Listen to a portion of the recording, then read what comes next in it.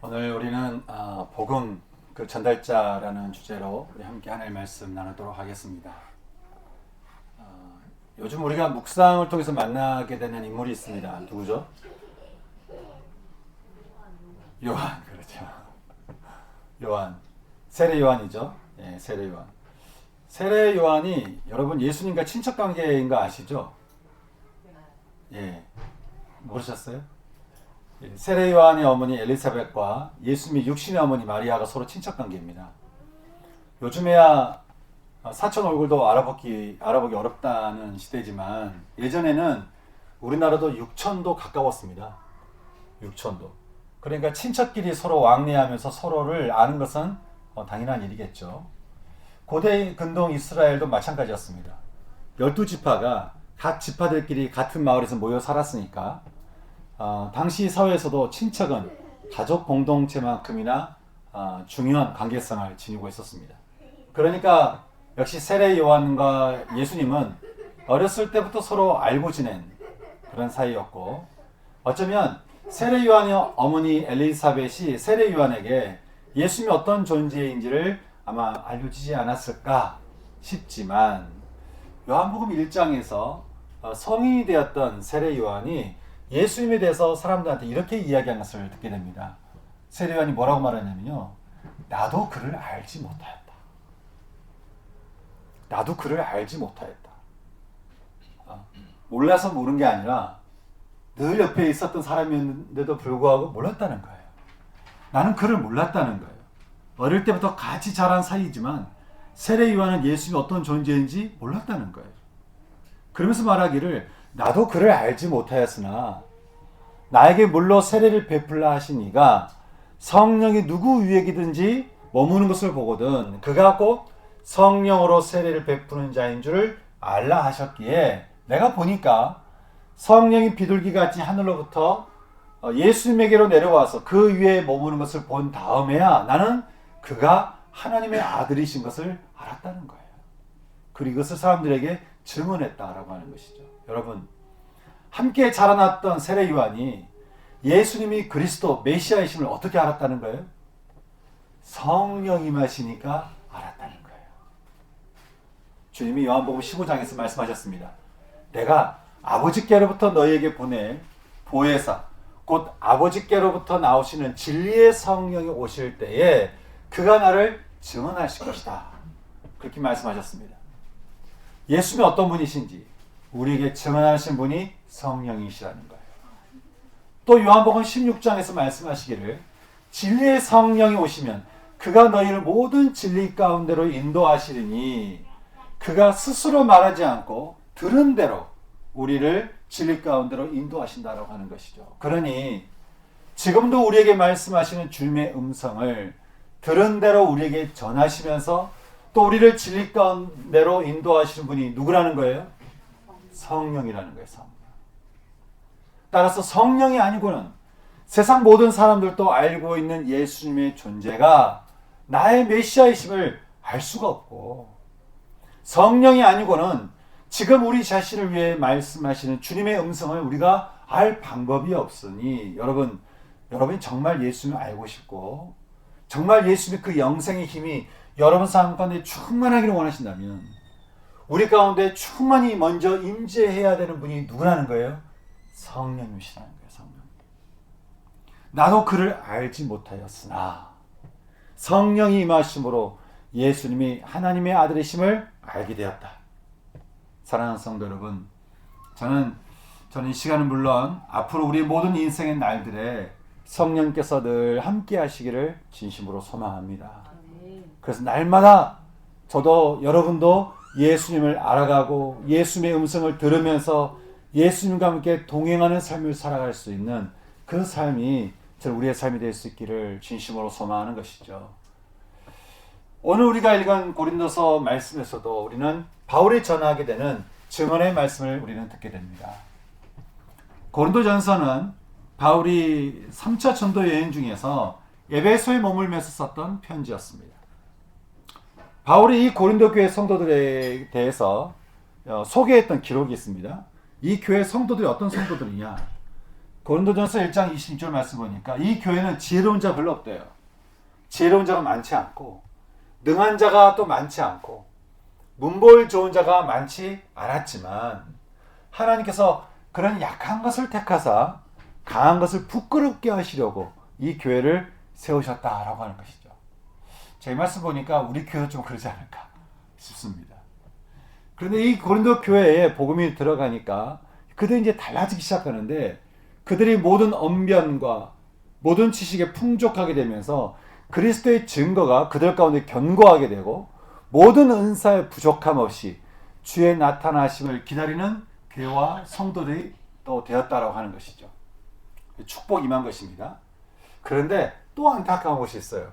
그것은 뭐냐면 그들의 이제 지식이 늘어나면 늘어날수록 예수님을 알면 할수록 더 자유해지고 이 자유함이 증거가 되어서 이제 이것이 복음이 증거가 되어서 많은 사람들이 이들을 통해서 복음을 들어야 되는데 안타까운 것은 그들의 지식이 늘어나면 늘어날수록 그들 가운데 분쟁도 늘어나기 시작했다는 거예요.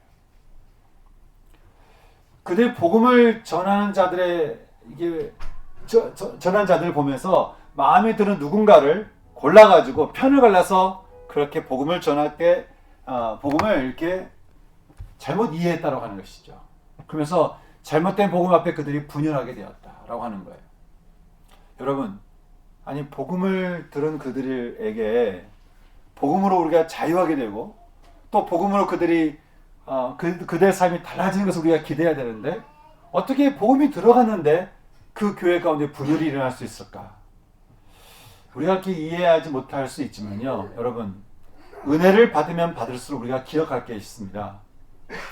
여러분, 우리가 누리는 은혜가 전적인 하나님에 의해서 주어지는 선물이라는 거 아니에요? 우리의 지식과 지혜에서 나오는 것이 아니죠. 전적으로 하나님이 주신 선물인데 우리가 그것을 잃어버릴 때가 많다는 거예요. 제가 이게 상담을 할 때 보면은 깊은 어려운 가운데 있던 분들이 이렇게 회복하잖아요. 그러면 이분들이 전에 없던 새 힘을 얻어가지고 이런 양간 전에 없던 새 힘을 가지고 남을 공격하는 것을 보게 됩니다. 그 전까지는 늘 말도 못하고 상처 가운데서 늘 이렇게 주눅 들고 그렇게 살다가 힘을 딱 얻고 나니까 회복되면 이 회복된 걸 가지고 사랑할 줄 알았는데 회복된 걸 가지고 오히려 사람들을 공격하는 모습을 보게 돼요. 그래서 처음에는 제가 상담할 때 회복을 두고 상담을 하지만 상담 마지막에는 겸손을 두고 제가 상담을 합니다. 죄성을 가진 우리네 신앙도 마찬가지인 것 같습니다. 은혜를 받아서 새롭게 되면 사람들이 자기도 모르게 내가 좀 잘해서 내가 좀 열심히 해서 뭐가 좀 이렇게 해서 자기가 은혜 받은 줄로 착각합니다. 그러면 스스로 하나님처럼 되어서요, 서로 연합하기보다는 분열의 현장에 서 있는 경우가 제법 많은 거예요. 성도 여러분, 저는 저와 여러분의 신앙은 끝까지 겸손할 수 있기를 진심으로 소망합니다. 하나도 우리 힘으로 된 것이 없다는 사실을 기억하면서 끝까지 은혜의 십자가를 붙들고 우리가 가야 되는데요. 근데 이렇게 은혜를 받은 교회가 분쟁 가운데 빠지는 것을 보면서 바울의 마음이 너무 안타까운 거예요. 내가 너희들에게 전한 복음이 이런 거였냐. 그래서 바울이 펜을 들어서 편지를 쓰기 시작하는데 그들에게 전했던 복음이 무엇이었는지 그들에게 전했던 복음을 다시 글로서 증언하는데 오늘 우리가 읽은 말씀이 바로 그 증언의 말씀인 것이죠. 여러분, 바울이 고린도 교회에 어떤 복음을 전했다고 말하고 있습니까? 보니까 첫 번째로는 바울은 하나님의 증거를 말과 지혜의 아름다운 것으로 하지 않았다라고 말하고 있는 것을 우리는 보게 됩니다. 복음은 말과 지혜의 아름다운 것을 하지 않았다는 것이에요. 바울이 전도여행을 갈 때 1차, 2차, 3차를 나눠서 이렇게 복음 전도여행을 떠났거든요. 그 중에 2차 전도여행 중에 바울이 그리스의 남쪽에 있는 이 고린도라고 하는 지역에서 1년 반 동안 머무르면서 교회를 세웠을 때에 그는 어떻게 세웠나? 그것은 어떤 사람의 말과 지혜의 아름다움을 하지 않았다는 거예요. 그리스 하면 우리가 떠오르는 몇 가지가 있죠. 여러 가지가 있지만 문화적인 유산도 있지만 가장 큰 문화적인 유산 중에 하나가 철학이 있을 것입니다. 당시 그리스 사람들은 화려한 말솜씨와 새로운 철학적인 지식을 가지고 사람들을 이렇게 설득하는 것이 당시 유행했는데, 바울은 그들에게 복음을 전할 때 당시 그리스 사람들처럼 어떤 화려한 말솜씨와 새로운 철학적인 지식과 지혜의 아름다움을 가지고 사람을 설득하지 않았다는 거예요. 아니, 어쩌면 바울 생각에는 그럴 필요가 없었다고 여겼는지도 모르겠습니다. 왜냐하면 바울이 전했던 이 복음은 어떤 설득할 필요가 없이, 이것은 내가 눈으로 보고 내가 귀로 들은 것이고 내가 온몸으로 경험하면서 체득한 것을 전했던 증거였기 때문에 그렇습니다. 여러분, 예수님의 제자 베드로가 바울에 비해서요, 글 쓰는 능력이나 전달하는 능력이 많이 떨어집니다. 그럼에도 불구하고 그가 로마에 이르기까지 복음을 전할 때 많은 사람들이 베드로의 그 말에 주목했던 이유는, 베드로가 전했던 그 복음은 누가 전한 복음이죠? 어떤 베드로가 깨닫고 공부했고 어떤 아름다운 말로 꾸며서 한 것이 아니라, 베드로가 예수님과 함께 동행하면서 그가 보았고 들었고 체득했던 것을 증거했기 때문에, 우리 예수님이 나한테 이렇게 하셨다 라고 하는 것을 사람들이 들었기 때문에 그런 거 아니겠어요? 우리는 복음을 전할 때 뭔가 말을 잘해야 된다고 생각합니다. 그리고 뭔가 많이 알아야 된다고 생각합니다. 하지만 여러분, 모든 교회의 역사가 말해주듯이요, 복음이 전파된 것은 어떤 뛰어난 지식 때문이 아니라 증거 때문이었다는 사실을 우리는 알 수 있습니다. 다시 말해서 베드로가 예수님을 경험하면서 체득했던 그 복음이 많은 사람들로 하여금 예수님을 만나게 했다라고 하는 것이죠. 근데 1절 말씀에 바울이 하나님을 증거를 전할 때 보니까 말과 지혜의 아름다운 것을 하지 않았다라고 이 말했어요. 그래서 증거란 단어, 이 테스티모니라는 단어는 뭔가 증명하다 그런 뜻인데, 이 증거라는 단어는 이 증명하다는 뜻 외에 또 하나의 뜻이 담겨져 있는 것을 원어를 통해서 보게 되는데, 그것은 바로 secret, 비밀이라는 뜻이 담겨 있다고 하는 거예요. 그 말은요, 여러분, 바울이 온몸으로 체득해서 전했던 이 복음은, 이 증거는 하나님의 비밀이 담겨진 말씀이었다는 거예요. 바울이 증거했던 하나님의 비밀이 담겨져 있었던, 여러분, 그 복음은 어떤 것이었을까요? 무엇이었길래 바울은 말과 지혜의 아름다운 것으로 할 필요가 없었고 그것을 체험하고 그것을 증거했던 것일까요? 바울이 전했던 비밀 두 가지가 있습니다. 바울은 자신이 전한 복음을 두 가지로 말하면서 고린도 교회 성도들이 이 두 가지 외에는 알지 않기를 바란다, 그렇게 말을 한 것이죠.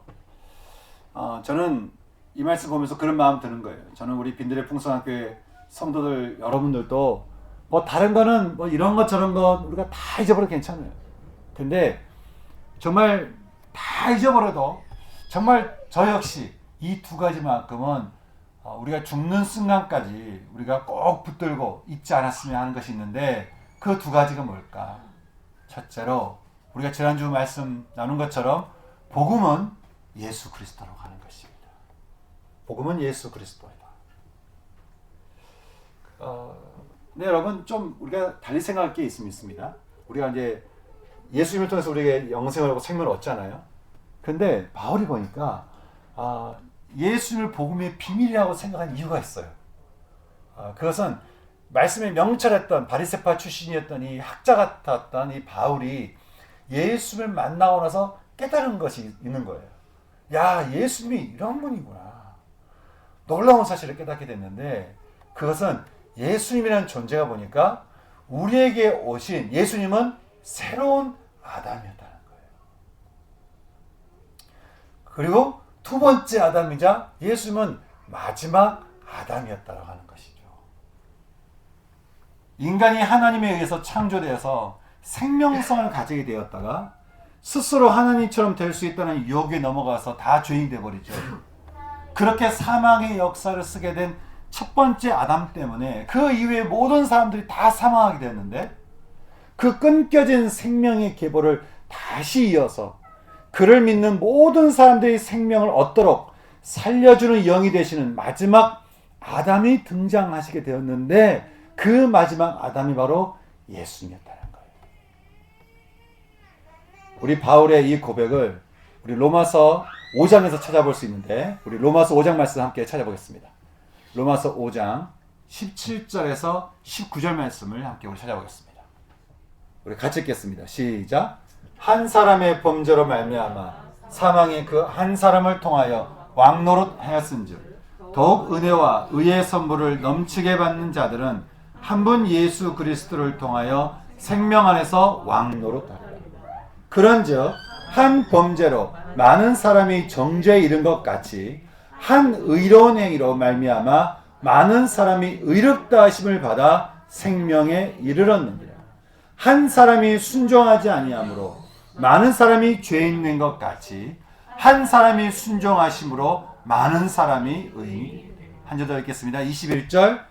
이는 죄가 사망 안에서 왕노릇한 것 같이 은혜도 또한 의로 말미암아 왕노릇하여 우리 주 예수 그리스도로 말미암아 영생에 이르게 하려 함이라. 아멘. 하나님께서 창조하신 첫 번째 아담이 죄를 통해 세상을 타락하겠다 했다면 하나님이 보내주신 이 마지막 아담은 의를 통해서 세상을 살리셨다고 하는 거예요.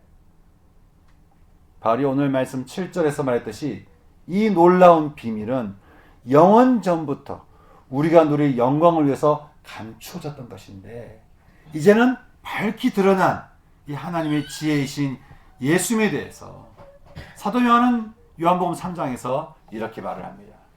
하나님이 그 아들을 세상에 보내신 것은 세상을 심판하려 하심이 아니요 그로 말미암아 세상이 구원을 받게 하려 하십니다. 하나님이 세상을 이처럼 사랑하사 독생자를 주신 것은 그를 믿는 자마다 멸망하지 않고 뭐를 얻게 하려 하심이라고요? 영생을 얻게 하려 하십니다. 여러분, 하나님이 세상을 사랑하셨어요. 독생자를 보내신 것은 그를 믿는 모든 사람들이 멸망하지 않고 영생을 얻게 한다는 이 말씀. 여러분 이 말씀을 믿으십니까? 믿으세요? 믿으십니까? 예. 여러분이 이 말씀을 믿으신다면 여러분이 기억할 것이 있습니다. 그것은요, 우리에게, 이걸 꼭 기억하세요. 우리에게 하나님이 아들이 있다고 한다면 우리는 절대로 멸망하지 않습니다. 우리에게 하나님의 아들이 있다고 한다면 우리의 존재는 절대로 멸망하지 않습니다. 멸망이라고 하는 것은 소망이 끊겨진 상태를 말하잖아요. 여러분, 아무리 이런저런 일로 우리의 인생이 사방이 막혀가지고 소망 없어 보인다 할지라도 여러분, 하나님의 아들이 있다면 하나님은 그를 절대로 멸망하도록 내버려두지 않으신다. 그리고 반드시 그를 생명으로 구원하신다고 하는 것입니다. 소망의 하나님이 모든 기쁨과 평강을 믿음 안에서 너희에게 충만하게 하사 성령의 능력으로 소망이 넘치게 하시기를 원하노라. 여러분, 아멘입니까? 아멘. 그러니 두 번째 아담, 마지막 아담으로 오셔서 우리를 결코 멸망시키지 않으시고 영생을 주시는 이 주님을 우리가 어떻게 화려한 말솜씨와 뛰어난 지식으로 말할 수 있겠냐는 거예요. 이것을 내가 믿어서 이것을 증거할 뿐이라고 하는 것이죠.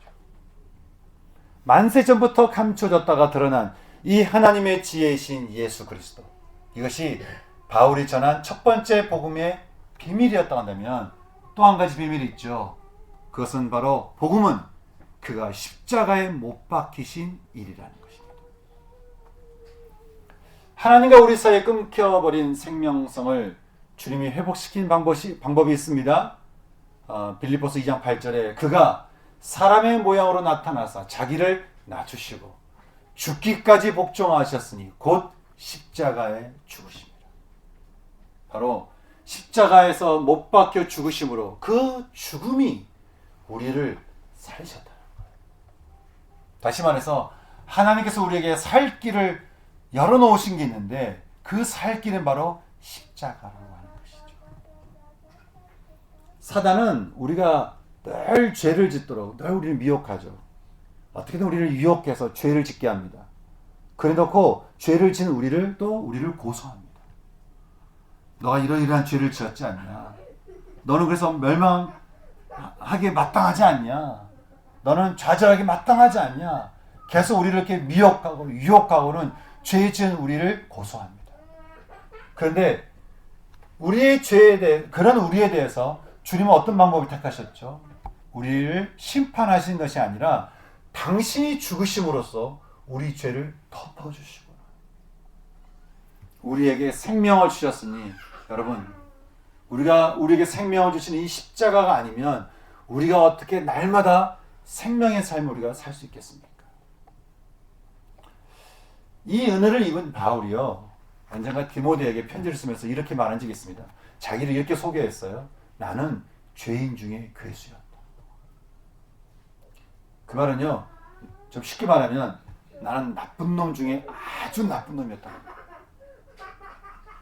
나는 나쁜 놈 중에 아주 나쁜 놈이었던 나는 우두머리였다라고 하는 것이죠. 여러분 이 말 한마디에 얼마나 많은 의미가 담겨져 있겠어요. 나는 나쁜 놈 중에 가장 나쁜 놈이었다. 이 말 한마디에 담겨져 있는 뜻이 얼마나 많겠어요. 아마 바울이요 자신의 인생을 이렇게 돌이켜보면 참 하나님 앞에 부끄럽고 창피하고 참 하나님 앞에 죄송한 순간들이 참 많았을 겁니다. 참 부끄러웠을 거예요. 예전만 생각하면 부끄럽고 참 죽고 싶고 내가 그때 왜 그랬지? 내가 왜 예수를 몰랐지? 아마 그런 마음이 들었을 거예요. 그런데도 그랬던 바울이 온 세계를 다니면서 복음을 전할 수 있었던 이유가 있었죠. 그것은 그가 이전 것은 지나갔으니 보라 새 것이 되었기 때문이었습니다. 새 것이 되었기 때문에 비록 이전 것은 부끄러움 투성이고 상처 투성이고 수심 투성이고 창피함 투성이지만 주님이 나를 새롭게 하셨기 때문에 내가 이것을 증거하게 되었다고 하는 것이죠. 저도 마찬가지인 것 같습니다. 예수 믿고 나서 제가 뒤를 돌아다보면 부끄러운 순간들이 많아요. 그래서 이게 정말 옛날 일인데도 잊어버렸던 일들 때문에 옛날 일 때문에 순간순간 떠올라서 회개할 때 한두 번이 아닙니다. 아마 목사의 자격이 있냐 없냐 청문회를 열면 저는 아마 바로 포기했을 겁니다. 그런데도 불구하고 제가 이렇게 여러분 앞에서 복음을 전할 수 있는 것은 바울이 말한 대로 우리가 긍휼을 입은 까닭이 예수 그리스도께서 우리에게 먼저 일체 오래 참음을 보이사 십자가에서 우리를 대신해 죽으셨기 때문에 그런 것 아니겠습니까? 이런 일은 9절 말씀처럼 우리가 이제까지도 눈으로 보지 않은 일이고 귀로 듣지도 못한 일이면서 생각조차 못한 일 아니겠습니까? 근데 여러분 2000년 전에 일어났던 이 일이 어떻게 지금 이것이 우리의 일이 되어서 이 일이 우리에게도 생생하게 일어날 수 있겠냐고 하는 거예요. 예수님의 제자였던 베드로가 예수님의 말씀을 듣고 새롭게 되고 그가 회복하게 되었다는 것은 내가 알겠지만 그대로 수십 년이 흘렀던 흐른 뒤에 바울이 또 변화가 되고 그리고 그 변화가 계속해서 이어져서 이렇게 2000년이 지난 지금까지도 앞으로도 어떻게 이 놀라운 일이 우리에게 생생한 일이 될 수 있겠냐고 하는 것이죠. 어떻게 우리 역시 생명의 예수, 십자가의 예수님 때문에 우리 역시 이전 것은 지나갔으니 보라 새 것이 되었더라고. 우리 역시 새로운 생명을 우리가 날마다 누릴 수 있겠냐고 하는 것이에요. 바울이 말합니다. 그것은 사람의 말과 지혜로 할 수 있는 게 아니라는 거예요. 사람이 화려한 말과 뛰어난 언변과 뛰어난 지식으로 될 수 있는 일이 아니라는 거예요. 그래서 처음 세례 요한이 말한 대로 우리로 하여금 하나님의 아들이신 예수님을 알 수 있도록 우리에게 안내해 주시고 인도해 주시고 복음을 전달해 주신 복음의 전달자 성령님 때문에 우리가 이것을 알 수 있고 경험할 수 있고 체험할 수 있게 되었다고 하는 것이죠. 성령님이 이처럼 우리에게 예수님을 환히 보여주시면서 그렇게 알려줄 수 있는 것은 성령님은 하나님의 깊은 것까지도 통달하시는 분이기 때문이라고 바울은 우리에게 말을 해주고 있습니다. 우리 속담에 10개를 물속은 알아도 1개를 사람 속은 모른다는 말이 있죠. 그 말은 사람의 일은 그 사람 속에 영만 안다는 거잖아요. 그처럼 여러분 우리를 향해 놀라운 계획을 세우시는 하나님의 일을 누가 가장 잘 알겠습니까? 하나님의 영이 가장 잘 아시잖아요.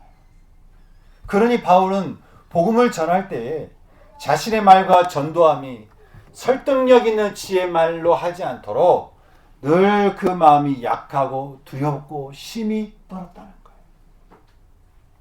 왜냐하면 오직 예수님을 알게 하는 분도 성령님이고 이것을 전해주는 분도 성령님이시기 때문에 그렇다는 것이죠.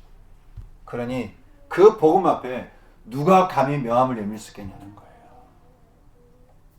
그러니 어떻게 고린도 교회 성도들은 이 복음 앞에 이 사람 저 사람을 내밀어서 이 사람 저 사람 앞에 모여서 그렇게 분열할 수 있냐는 거예요. 어떻게 교회에서 복음의 지혜자도 하나님이시오, 복음의 비밀도 예수님이시오, 복음의 전달자는 성령님이신데 주님이 세우신 그 교회 안에 누가 이것을 끼어들어서 팔을 만들 수 있냐고 하는 것이죠. 아니 모든 사람들이 오히려 이 성령을 받아서 성령을 중심으로 서로 연합해야 되는 거 아니냐라고 하는 거예요.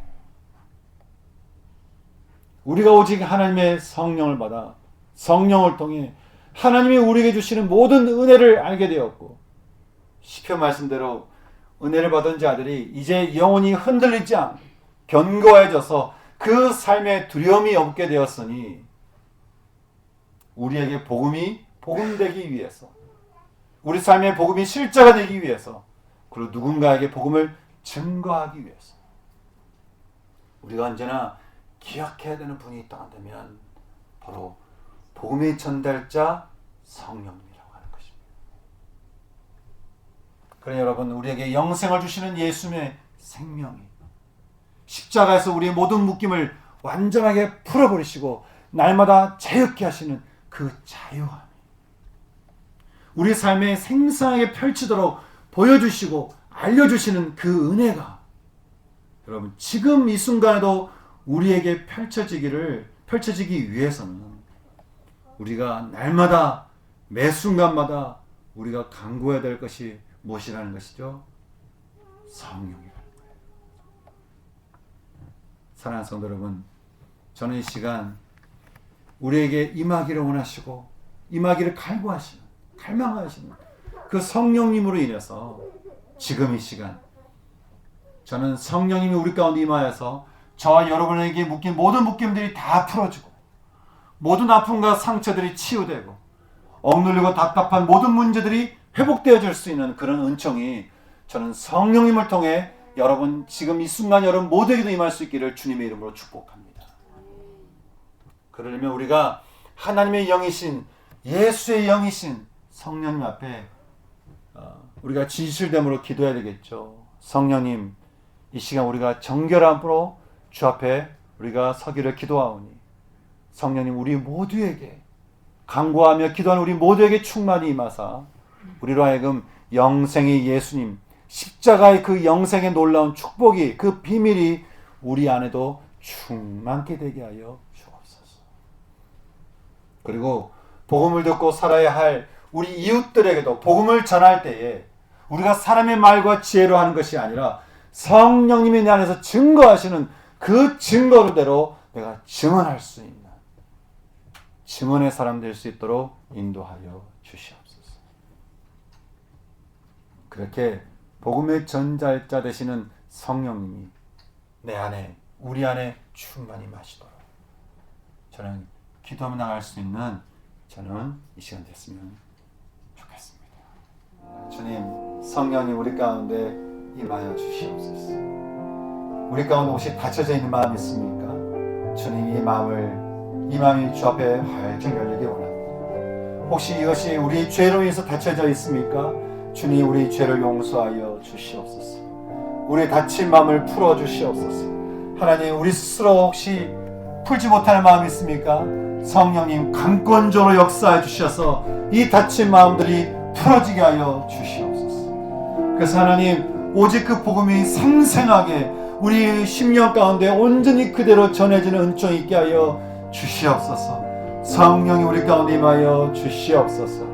우리가 성령이 우리 가운데 충만히 임하시도록 회개될 것은 회개하시면서 닫힌 마음 열어달라고 기도하시면서 성령이 우리 가운데 충만히 임하시도록 함께 기도하는 시간 되기 원합니다. 같이 기도하겠습니다. 기도하시겠습니다. 성령 하나님, 이 시간에 우리 가운데 충만히 임하여 주시기를 기도합니다. 성령 하나님, 우리 가운데 임하여 주시옵소서.